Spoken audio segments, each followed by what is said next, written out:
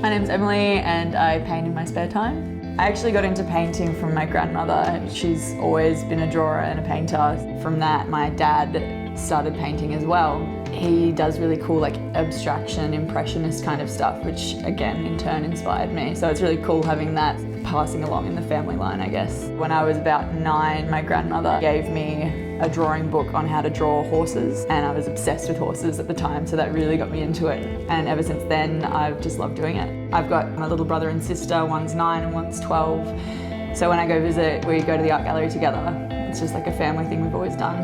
I do a bit of life drawing and get a bit of direction in that way, but everything I've sort of just picked up along the way from playing and experimenting and just giving it a go. Watching YouTube tutorials has been really useful for me as well. I usually work in acrylic because I find that it's really, really malleable and really varied. You can get something that's super bold and like flashy and lots of different colors and really cool, and you can also do something that looks a bit more like watercolor. It's really forgiving, it's really easy to change if you get something wrong.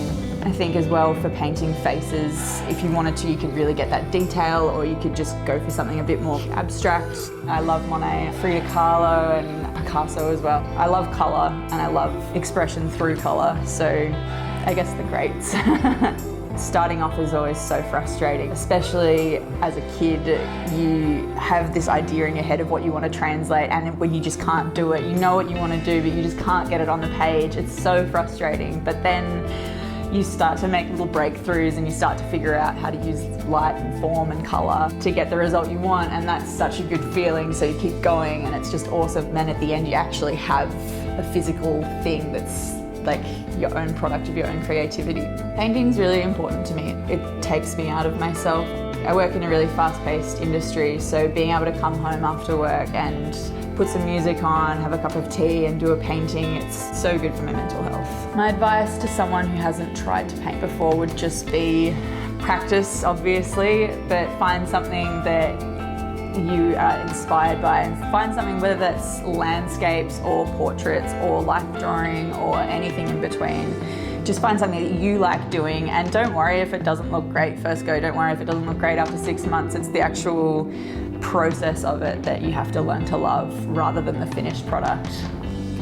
I love having a hobby that allows me to explore a more creative side of myself instead of just sitting in front of the telly or something like that. Having something to come home to that is creative and expressive and meditative is just such a great feeling.